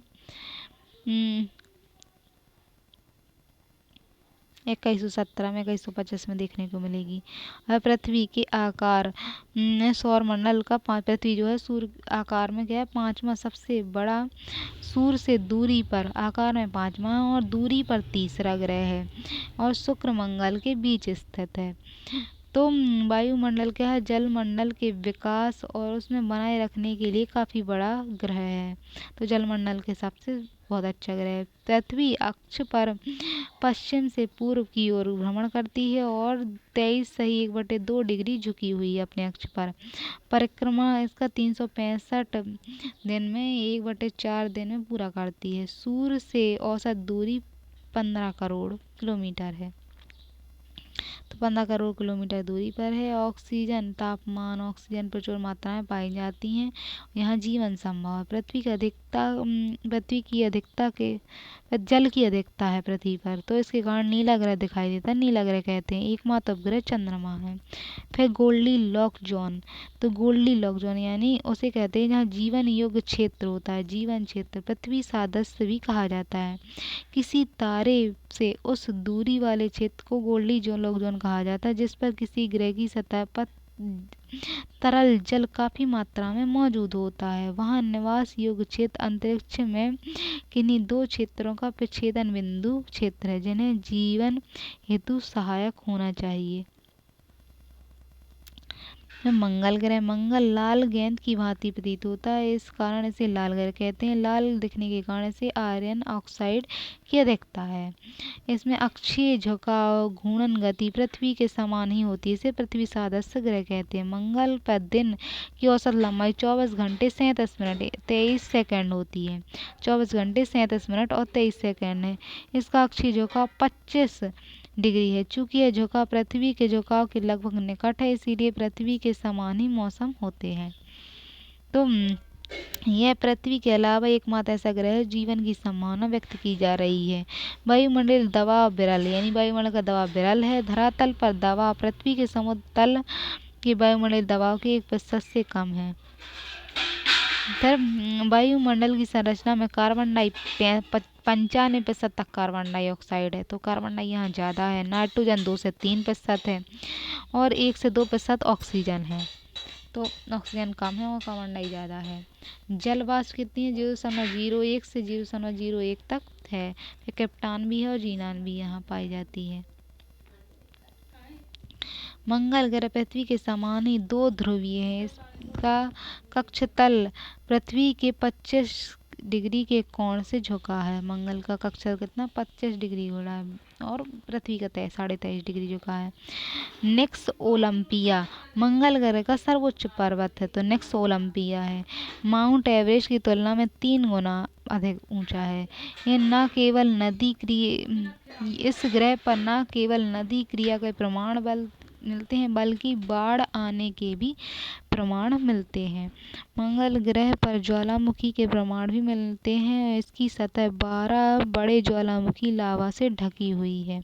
तो 12 बड़े ज्वालामुखियों के प्रमाण है, लावा से ढकी हुई है। बड़ा ओलंपिक्स मेंस है। तो सबसे बड़ा ज्वालामुखी कौन सा है, ओलंपिक्स है और इसकी ऊंचाई 600 किलोमीटर के व्यास में और 70 किलोमीटर व्यास वाले कॉल्डेरा से युक्त है। ये मानव द्वारा देखा गया है अब तक का सबसे बड़ा ज्वालामुखी का ढेर है। मंगल के 2 उपग्रह हैं, फोबोस और दूसरा है डीमोस। बृहस्पति है। बृहस्पति सौरमंडल का सबसे बड़ा ग्रह है। आकार में बड़ा होने के कारण मास्टर ऑफ गॉड्स कहा जाता है। बृहस्पति में हाइड्रोजन हीलियम की प्रधानता होती है। मीथेन और अमोनिया गैसें भी पाई जाती हैं। बृहस्पति तारा गैसों और गैस दोनों से युक्त है। बृहस्पति तारा और गैसों से युक्त है। यह स्वयं रेडियो ऊर्जा है जो 15 मीटर तरंगदैर्घ्य की रेडियो तरंगें आकाश में प्रसारित करने का सबसे बड़ा स्रोत है। बृहस्पति को तारा सदृश ग्रह यानी सबसे बड़ा है, तो तारा सदृश ग्रह भी कहा जाता है। सौर मंडल में सभी ग्रहों में बृहस्पति की परिभ्रमण अवधि सर्वाधिक कम है। तो सौर मंडल में क्या है, ग्रहों में बृहस्पति की परिभ्रमण करने की अवधि क्या है, सबसे कम, यानी भ्रमण अपने ऊपर साथ घूमने की 9 घंटे 55 मिनट में पलायन है, मतलब घूम लेता है। फिर पलायन वेग सर्वाधिक है तो 59.6 किलोमीटर प्रति सेकंड पलायन वेग है इसका। पलायन वेग अधिक है और परिभ्रमण करने, खुद पे घूमने की वो अवधि कम है। इससे कुल 6 ज्ञात उपग्रह हैं, 4 बड़े हैं जिसमें आयो, यूरोपा, गैनीमीड और कैलिस्टो है। तो इसमें 6 उपग्रह हैं जिनमें 4 बड़े हैं। इसमें आयो है, यूरोपा है, गैनीमीड है और कैलिस्टो है। खोज जो है गैलीलियो द्वारा की गई थी, गैलीलियन उपकरण की सहायता से। क्रिस्टेलो यह बृहस्पति की सबसे दूरी पर स्थित उपग्रह है, वो सबसे दूरी पर स्थित है। और गैनीमीड है जो सौरमंडल का सबसे बड़ा उपग्रह है। सौरमंडल का सबसे बड़ा गैनीमीड है। दूरी पर कैलिस्टो है, इसका जो दूरी सबसे बड़ा उपग्रह है, इसका व्यास 4840 किलोमीटर है। फिर गैलीलियन उपग्रह की सहायता से सर्वाधिक अंदर स्थित उपग्रह आयो है। सर्वाधिक अंदर जो उपग्रह है वो आयो है और इसका व्यास 3640 है। सियोना बृहस्पति का सबसे छोटा उपग्रह है। फिर बृहस्पति पर उठने वाले तूफान जिसे ग्रेट रेड स्टॉर्म कहते हैं। फिर सितंबर 1660 में कैसिनो ने स्टॉप का पता लगाया था। नासा द्वारा बृहस्पति का अध्ययन करने के लिए 2011 में जूनो नामक यान भेजा गया था, तो बृहस्पति पर भेजा गया था। फिर शनि है, तो शनि क्या है, सौर मंडल का दूसरा सर्वाधिक बड़ा ग्रह है। बृहस्पति के बाद शनि सौर मंडल का दूसरा ऐसा ग्रह है जिसकी अपनी धुरी पर तीव्र गति से घूर्णन करता है और 10 घंटे में अपना अक्ष पर घूम लेता है। तो सबसे ज़्यादा घूमने वाले ग्रह में बृहस्पति के बाद दूसरा है जी। तीव्र घूर्णन के कारण ये सौरमंडल का सर्वाधिक चपटा ग्रह है और भूमध्य रेखीय व्यास ध्रुवीय व्यास से 10% अधिक है। तो भूमध्य रेखा का व्यास 10% अधिक है ध्रुवों से। इसका घूर्णन अक्ष 27 तक झुका है, तो मंगल का 25 झुका था, इसका 27 तक झुका है।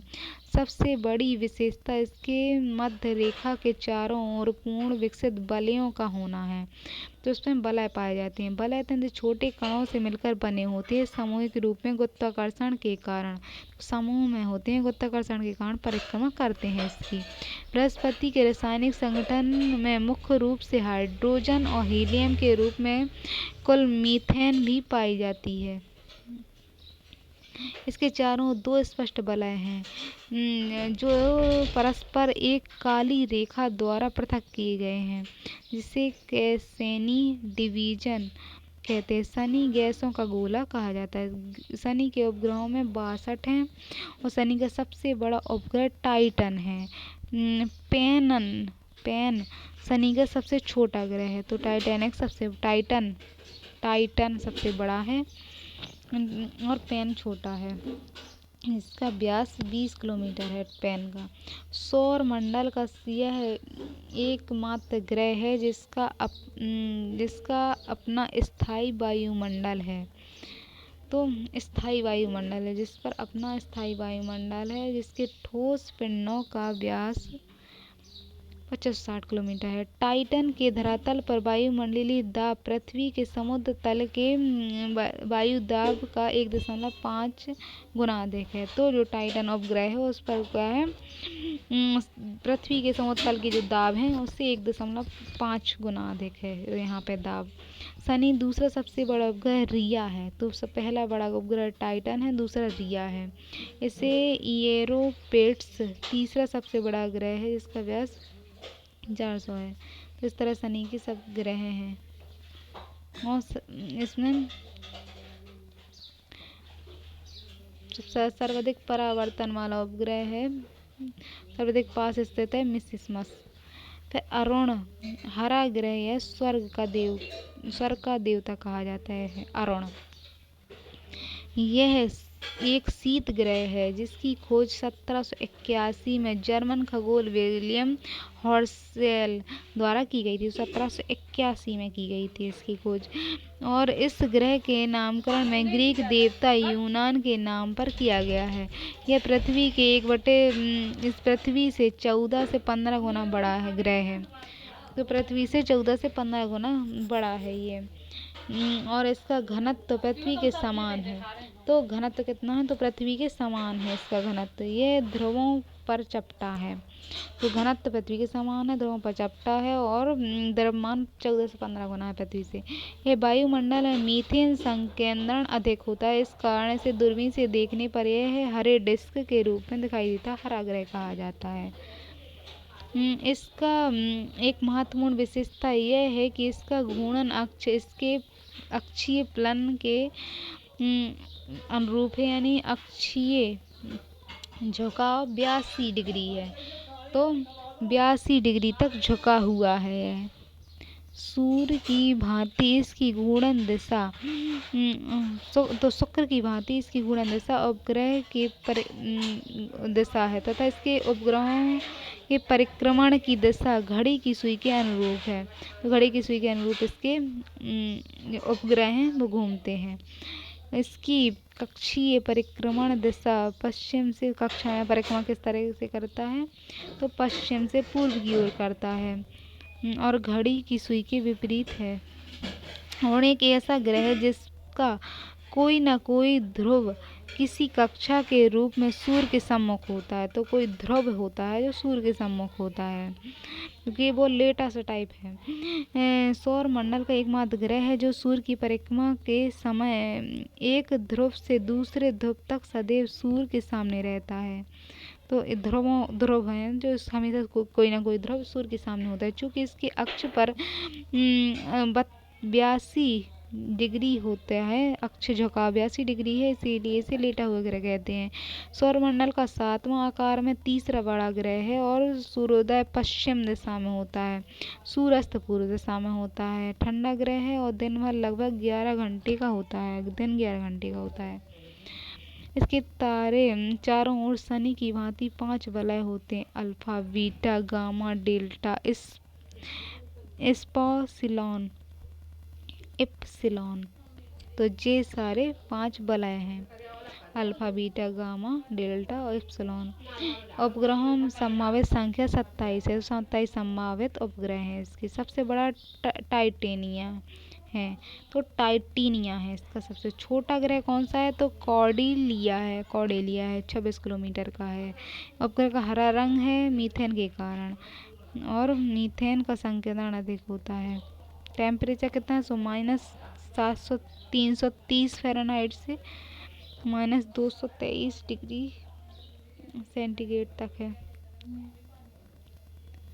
फिर वरुण ग्रह है जो इसकी खोज जर्मन वैज्ञानिक जॉन गार्ले ने की थी। ये सूर्य से 8वां दूरस्थ ग्रह है, से 8वां दूरस्थ ग्रह है और 166 वर्ष में सूर्य की परिक्रमा पूरी करता है।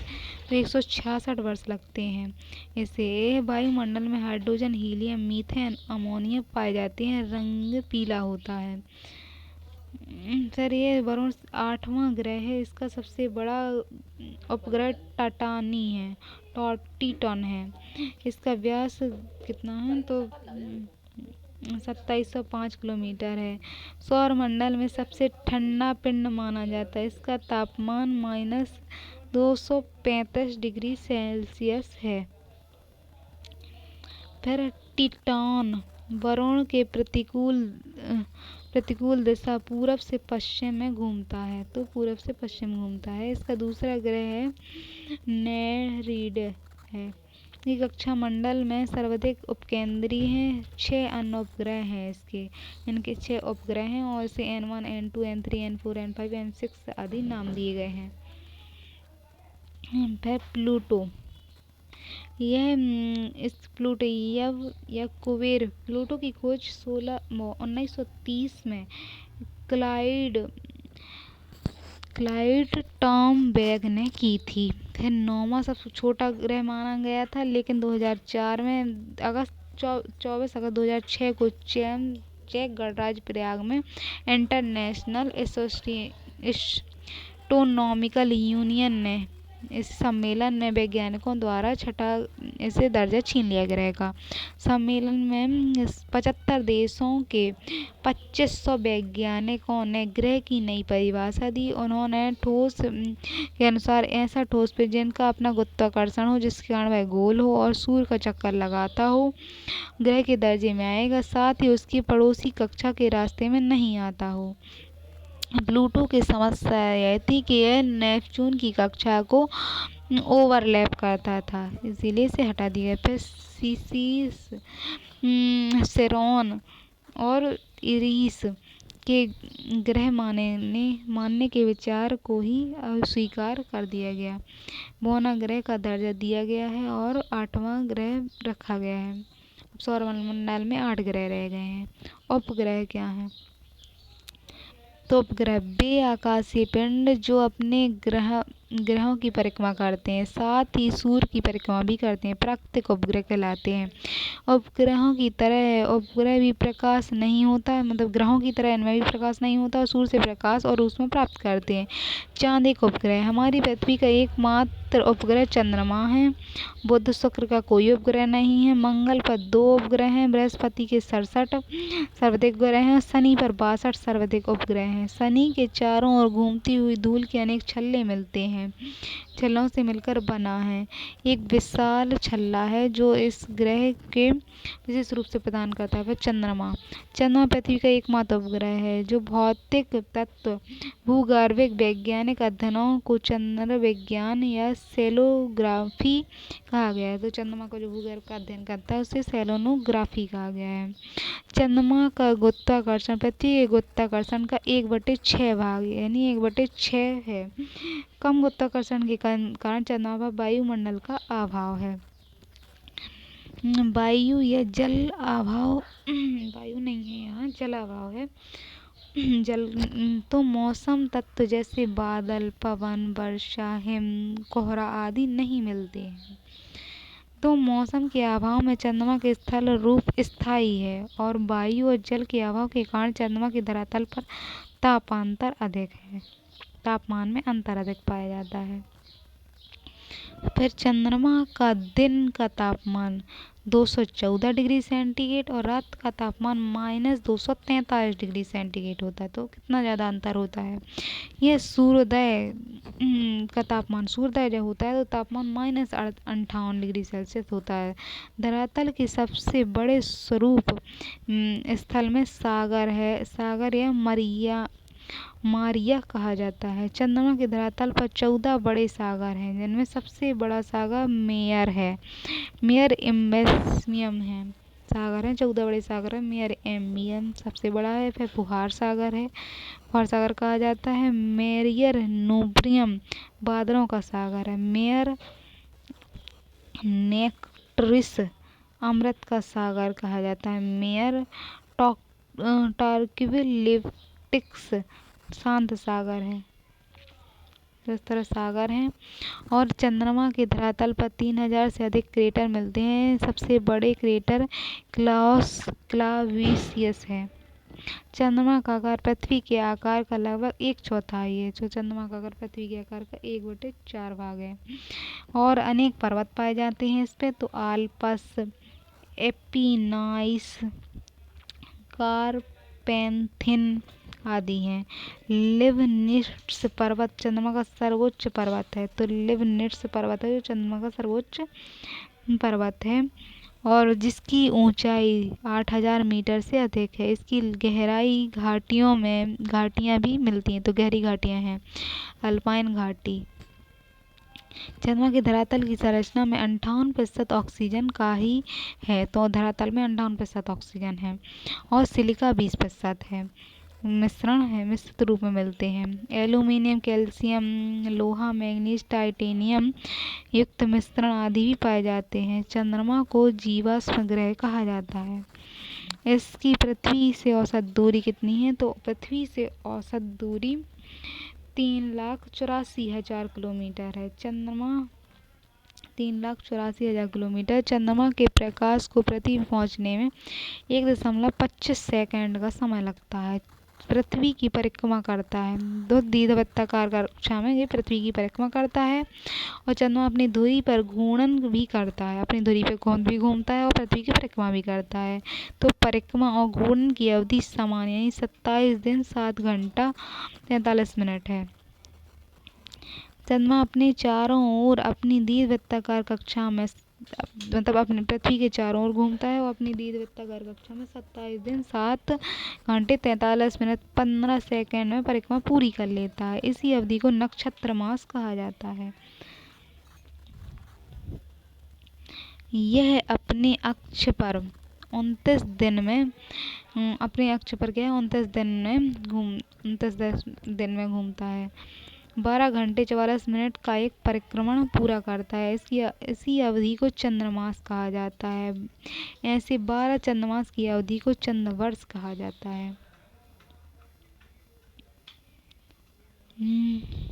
चंद्रमा से पृथ्वी की अधिकतम दूरी, चंद्रमा से पृथ्वी की दूरी कितनी है तो अधिकतम दूरियों में 4,07,000 किलोमीटर है, जिसको अपभूया अपपार्थिविका कहते हैं। जब सूर्य चंद्रमा पृथ्वी एक सीधी रेखा में होते तब उस स्थिति को सिजगी, युति और विति कहते हैं। स्थिति प्रत्येक अमावस्या पूर्णिमा को बनती है। युति विति के अंतर्गत 2 स्थितियां होती हैं। प्रथम स्थिति युति कहलाती है जब सूर्य पृथ्वी के मध्य चंद्रमा आता है, अर्थात सूर्य चंद्रमा एक सीधी रेखा में होते तब पृथ्वी का एक ओर और पृथ्वी के एक ओर होता है, तो यह स्थिति अमावस्या को बनती है। इस स्थिति में 2 प्राकृतिक घटनाएं घटित होती हैं, बृहद ज्वार और सूर्य ग्रहण। पहली स्थिति युति कहलाती है। जब सूर्य चंद्रमा पृथ्वी एक ही सीधी रेखा में होते तो युति की दशा होती है। इस समय सूर्य ग्रहण लगता है। तो युति सीधी रेखा में तो सूर्य ग्रहण लगता है। इससे ज्वार की ऊंचाई बहुत अधिक होती है। दूसरी होती है विति। इसमें क्या होता है, इसमें पृथ्वी की स्थिति सूर्य चंद्रमा के मध्य में होती है, यानी पृथ्वी मध्य में होती है। तो सूर्य और चंद्रमा पृथ्वी के विपरीत दिशा में होता है। तो सूर्य होता है जो और चंद्रमा एक दूसरे के विपरीत दिशाएं में होते हैं। यह स्थिति पूर्णमासी को बनती है और से हार्वेस्ट मून कहते हैं। इस स्थिति में चंद्रग्रहण घटना होती है और उपरोक्त दोनों स्थिति युति और विति के अतिरिक्त पृथ्वी तथा सूर्य के संदर्भ में चंद्रमा की स्थिति बदलती रहती है। अमावस्या युति को नया चांद कहा जाता है। इससे अर्धचंद्राकार कहते हैं।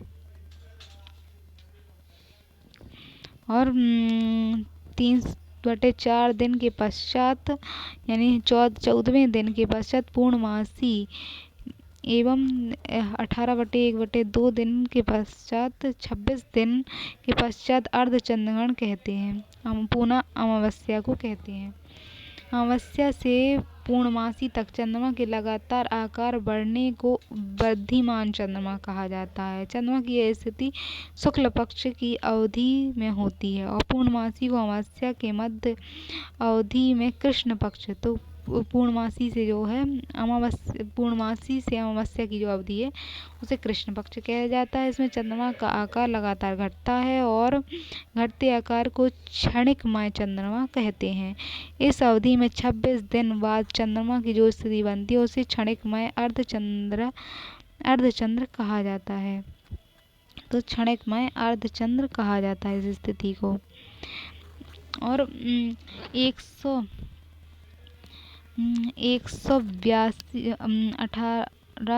18 से 1/2 दिन बाद की स्थिति क्षणिक अर्धार्ध कहती है। शुक्ल पक्ष के दौरान चंद्रमा का क्रमशः बढ़ना और कृष्ण पक्ष की अवधि में चंद्रमा के आकार क्रमशः घटना चंद्रकलाएं कहलाती हैं। तो चंद्रकलाएं होती हैं इसमें। वह सुपर मून ये एक खगोलीय घटना है। दरअसल चंद्रमा पृथ्वी की परिक्रमा दीर्घवृत्ताकार पर पथ करता है, जिसकी वजह से दोनों की यानी चंद्रमा और पृथ्वी दूरी स्थिति बदलती रहती है। सुपर मून वह दशा है जब चंद्रमा पृथ्वी के सबसे नजदीक होता है। इस स्थिति को पिरिंजी या फुल मून कहा जाता है। और इस दशा में चंद्रमा पहले की अपेक्षा 14% अधिक बड़ा होता है और 30% से ज़्यादा चमकीला दिखाई देता है। फिर ब्लू मून। ब्लू मून क्या है? एक खगोलीय घटना के अनुसार जब किसी कैलेंडर के माह में 2 पूर्णिमाएं होती हैं और दूसरी पूर्णिमा चंद्रमा को ही ब्लू मून कहा जाता है। दरअसल 2 पूर्णिमाओं वाला समय अंतराल 30 से 31 दिन में ही संतुलित हो पाता है। तो नीले रंग के इस घटना के नीले रंग में कोई संबंध नहीं होता और पुनरावृत्ति 2.5 वर्ष के बाद होती है। एक पूर्णिमा सामान्यतः 29.5 दिन में होती है। फरवरी माह में ब्लू मून की घटना नहीं हो सकती और इस वर्ष में तो फरवरी माह 28 दिन का होता है, इसलिए वहाँ ब्लू मून घटना नहीं होती। और वर्ष में 2 बार या अधिक माह ब्लू मून होते हैं तो ब्लू मून ईयर कहा जाता है। अगर एक माह में 2 हो जाते हैं तो ब्लू मून, वर्ष में अगर 2 बार हो जाते हैं इस तरह के ब्लू मून तो ब्लू मून ईयर कहते हैं। 2018 में ब्लू मून ईयर था, तो ब्लू मून ईयर एक खगोलीय घटना जिसके अनुसार 4 पूर्ण चंद्रग्रहण का संयोग बनता है। 4 पूर्ण चंद्रग्रहण का संयोग भी बन जाता है। संयोजन को ब्लड मून कहते हैं। 4 जो होते हैं उसे ब्लड मून कहता जाता है। चंद्रमा का रंग लाल होने का प्रश्न है तो इसका कारण पूर्ण चंद्रमा की घटना है। दरअसल पूर्ण चंद्रग्रहण की घटना सूर्य और चंद्रमा के बीच में एक जब पृथ्वी आ जाती है और उसकी छाया चंद्रमा पर पड़ती है, तब इस स्थिति में चंद्रमा पूर्ण रूप से लाल प्रतीत होता है। वास्तव में पूर्ण चंद्रग्रहण की घटना दुर्लभ होती है क्योंकि सामान्यतः 3 चंद्रग्रहण में से 1 पूर्ण चंद्रग्रहण होता है, तो कम ही होती है इस तरह ब्लड मून की घटना। फिर खगोलीय पिंड निहारिकाएं। नेबुला क्या है? तो निहारिकाएं या नेबुला लैटिन भाषा का शब्द है जिसका अर्थ कुहासा है। ये अत्यधिक प्रकाशमान आकाशीय पिंड होते हैं, गैस और धूल कणों से निर्मित होते हैं। इनकी अपनी चमक नहीं होती किंतु ये तारीय पदार्थ के समीपवर्ती तारे से प्रकाश प्रदर्शित करते हैं। पृथ्वी के सबसे निकटतम निहारिका एल्डोमेडा है, जबकि अंतरिक्ष में सबसे हल्की निहारिका ओरियन स्वाडन नामक निहारिका है। फिर उल्का या उल्कास्म। उल्का को सामान्य रूप से टूटता हुआ तारा कहा जाता है। ये सौरमंडल में तारे के जो है मलबा होते हैं जो 42 किलोमीटर प्रति सेकंड, इनकी गति इतनी होती है कि 42 किलोमीटर प्रति सेकंड की गति से पृथ्वी के वायुमंडल में प्रवेश करते हैं। ये भूमंडलीय घर्षण, तो वायुमंडल है जो पृथ्वी का, उसमें घर्षण के कारण जलकर मार्ग में नष्ट हो जाते हैं, उल्का कहलाते हैं। ये पिंड आकार में बड़े होते हैं और जलकर पूर्णतः नष्ट जो नहीं हो पाते अपितु पृथ्वी के धरातल पर गिर पड़ते हैं, उन्हें उल्कापिंड कहते हैं। कुछ निश्चित समय पर प्रति सेकंड 60 या उससे अधिक उल्का दिखाई पड़ते हैं। कुछ निश्चित समय पर क्या है, प्रति सेकंड में 60 उल्का तक दिखाई देता है। उल्का वृष्टि कहा जाता है। चमकीले उल्काओं को आग का गोला कहा जाता है। कभी कभी आग का गोला आकाश में तीव्र ध्वनि से फट जाते हैं, इससे बोलाइड कहा जाता है। पृथ्वी पाए जाने वाले उल्का पिंडों में लोहा निकेल मुख्य रूप से मिलते हैं। फिर उल्का मतलब मुख्य रूप से मिलते हैं। उल्का वृष्टि या उल्का सवर। वायुमंडल में उल्का पिंडों की लगातार जलने की क्रिया उल्का वृष्टि उल्कास्म कहा जाता है। तारों का टूटना भी कहा जाता है। इस स्थिति में कुछ निश्चित समय तक प्रति सेकंड 60 या अधिक उल्का दिखाई देते हैं। वायुमंडल में जलने वाले आकाशीय पिंड तारे नहीं हैं बल्कि छोटे छोटे धूल के कण होते हैं। ये कण पृथ्वी के गुरुत्वाकर्षण के कारण इसके वायुमंडल में आ जाते हैं। वायुमंडल में घर्षण से ये कण जल उठते हैं। यही जलन प्रकाश की तरह चमकती नजर आती है। यह प्रतिवर्ष नवंबर माह में दिखाई देते हैं। नवंबर के दूसरे सप्ताह में जलने पर इन उल्काओं को लियोनिड नाम दिया गया है। लियोनिड वर्षा। तो लियोनिड वर्षा यानी उल्काओं की आंधी है, जिसकी उत्पत्ति लियो नामक तारामंडल से होती है। ये उल्का वास्तव में टेम्पर टोटल नामक धूमकेतु के भाग हैं। तो धूमकेतु के भाग हैं और प्रत्येक 33 वर्ष में गिरते हैं। पृथ्वी की सतह पर मिलने वाला सबसे बड़ा उल्कापिंड होवा वेस्ट है, जो नामीबिया में गुटफिंटिन के पास पाया गया था। भारत महाराष्ट्र में बुलढाना जिले में लोनार झील एक उल्का क्रिस्टल झील है, क्रेटर झील है। फिर क्षुद्र ग्रह या आवर्त ग्रह या क्षुद्र ग्रह। तो मंगल बृहस्पति की कक्षाओं के बीच छोटे छोटे ग्रहों को आवर्त ग्रह या क्षुद्र ग्रह कहा जाता है। ये तरीय मलबा होते हैं। टोंजन्स क्षुद्र ग्रहों का एक समूह है। बृहस्पति ग्रह की कक्षा के सहारे बृहस्पति की गति से सूर्य की परिक्रमा करते हैं। तो बहुत सारे क्षुद्र ग्रह यहाँ पाए जाते हैं बृहस्पति और मंगल की कक्षा के बाद। फिर चिरौन, तो ये सूर्य की परिक्रमा करने वाले सूर्य से सर्वाधिक दूरस्थ ज्ञात पिंड है। तो सूर्य की परिक्रमा करने वाले सर्वाधिक दूरस्थ ज्ञात पिंड है। चारवेष्टा नामक एकमात्र क्षुद्र ग्रह है जिसे नग्न आंखों से देखा जा सकता है। क्षुद्र ग्रह में सिरिस चमकीला और सर्वाधिक बड़ा है। तो क्षुद्र ग्रह होते हैं। पुच्छल तारे धूमकेतु, तो पुच्छल तारे अंतरिक्ष में भ्रमणशील आकाशीय खगोलीय पिंड हैं। सूर्य के चारों ओर दीर्घवृत्ताकार में घूमते हैं। इनमें से एक ठोस पिंड तथा उसकी लंबी पूंछ सी होती है। इसका कुछ भाग चट्टानी पदार्थों से बना होता है और कुछ भाग मीथेन, अमोनिया, कार्बन डाइऑक्साइड, जलवाष्प से आच्छादित होता है। फिर क्षारीय पदार्थों का भी बना हुआ है। इसका शीर्ष भाग कोमा कहलाता है। ज्यों-ज्यों पुच्छल तारा सूर्य के पास आता है तो कोमा का आकार तीव्र ज्योति बढ़ती जाती है और उपसौर के समय इसका चमकीला नाभिक दिखाई पड़ता है। यानी पास में जब होता है तो चमकीला दिखाई देता है। कोमा के क्रम में स्थित होता है। कोमा का नाभिक दोनों सम्मिलित रूप को पुच्छल तारे कहा जाए, पूंछ कहते हैं। फिर तीव्र गति के कारण जो कि गति के विपरीत दिशा में कोमा की तारीय पदार्थ के लाखों मील की दूरी तक फैलने के कारण बनती है। धूमकेतुओं का नामकरण उनके खोजकर्ताओं के नाम पर पड़ा है। तो धूमकेतु हैं तो धूमकेतुओं का जो नाम है उनके खोजकर्ताओं के नाम पर पड़ा है। हेली धूमकेतु 76 वर्ष में पृथ्वी पर दिखाई देता है। अगली बार 2061 में पृथ्वी पर दिखाई देगा। क्वार्ट्स ये अत्यधिक चमकीले आकाशीय पिंड हैं। आकाशगंगा के छोटे होने के बावजूद क्वार्ट्स उसमें अधिक ऊर्जा उत्सर्जन करते हैं। ये रेडियो तरंगों के शक्तिशाली स्रोत होते हैं। इनका चमकीलापन सूर्य की तुलना में क्वार्ट्स जो होते हैं चमकीले पिंड हैं और इनका आकाशगंगा से छोटे होने के बावजूद अधिक ऊर्जा उत्सर्जन करते हैं और चमकीलेपन इनका सूर्य की तुलना में 1.1 × 10⁻15 गुना अधिक होता है। अंतरिक्ष में सबसे चमकीला क्वार्ट्स 3 डिग्री से -273 है। फिर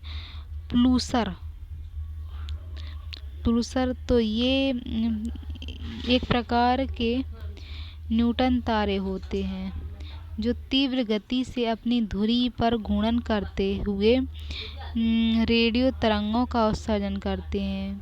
पल्सर की सर्वाधिक खोज 1967 में एंथोनी हेविस जे वेल्ब ने की थी। फिर हेविस को इसी खोज के लिए 1974 में नोबेल पुरस्कार मिला था। ध्रुव तारा, यह तारा सदैव उत्तर दिशा में चमकता रहता है। उत्तरी ध्रुव के ठीक ऊपर स्थित होने के कारण यह हमेशा उत्तर में दिखाई पड़ता है। रात्रि काल में नाविकों द्वारा समुद्र से दिशा का ज्ञान ध्रुव तारे को दिखाई देकर ही लगाया जाता है। तारामंडल, तारों के समूह को तारामंडल कहते हैं। इसमें चमकीले तारों के समूह ही शामिल होते हैं। प्रत्येक तारामंडल विशिष्ट आकृति होती है, जिसके आधार पर ही प्राचीन काल में इनका नामकरण किया गया। इस प्रकार के नाम उन आकृतियों के नाम पर रखे गए हैं जिनके समान इन तारे समूह की रचना होती है। आधुनिक समय में 1989 में तारामंडल की खोज हुई, जिसमें हाइड्रा सबसे बड़ा है। फिर कृष्ण विवर,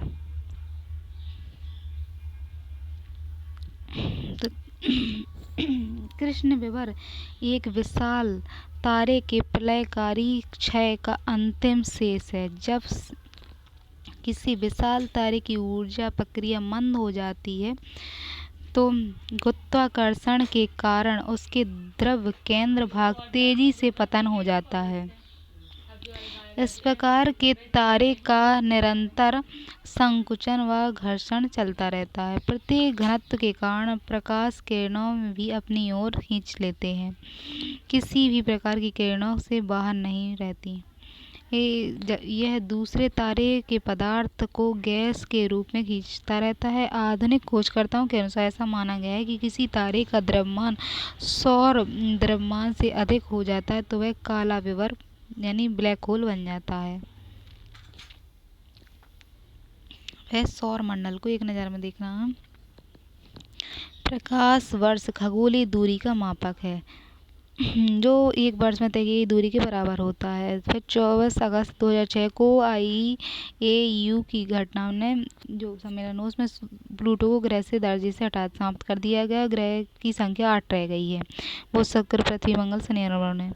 प्लूटो को बोना ग्रह का दर्जा दिया गया है। बुध सूर्य का निकटतम ग्रह है और शुक्र, पृथ्वी, मंगल, बृहस्पति, शनि और वरुण स्थान आता है। पृथ्वी के सबसे निकटतम ग्रह शुक्र है, तो निकटतम ग्रह शुक्र है। फिर मंगल, बृहस्पति, शनि और बृहस्पति, शनि का स्थान आता है। मंगल ग्रह का झुकाव घूर्णन की अवधि पृथ्वी के झुकाव और घूर्णन की अवधि के समान है। बृहस्पति के समान तीव्र गति से शुक्र धीमी गति से घूर्णन करता है, तो बृहस्पति सर्वाधिक तीव्र गति से और शुक्र सबसे धीमी। ग्रहों की सर्वाधिक संख्या औसत घनत्व पृथ्वी का 5.5 ग्राम सेंटीमीटर है। पृथ्वी शुक्र की जुड़वा ग्रह है। पृथ्वी से नीला ग्रह भी कहा जाता है। मंगल ग्रह को लाल ग्रह भी कहते हैं। शुक्र और वरुण पूर्व से पश्चिम की ओर घूर्णन करते हैं, जबकि शेष सभी ग्रह पश्चिम से पूर्व की ओर घूर्णन करते हैं। बुध ग्रह का तापांतर 560 डिग्री सेंटीग्रेड सभी ग्रहों से अधिक है। बुध शुक्र के कोई भी ग्रह उपग्रह नहीं है। शुक्र ग्रह को सांझ का तारा और भोर का तारा कहा जाता है। मंगल ग्रह सबसे ऊंचा पर्वत निक्स ओलंपिया है, जो एवरेस्ट से 3 गुना ऊंचा है।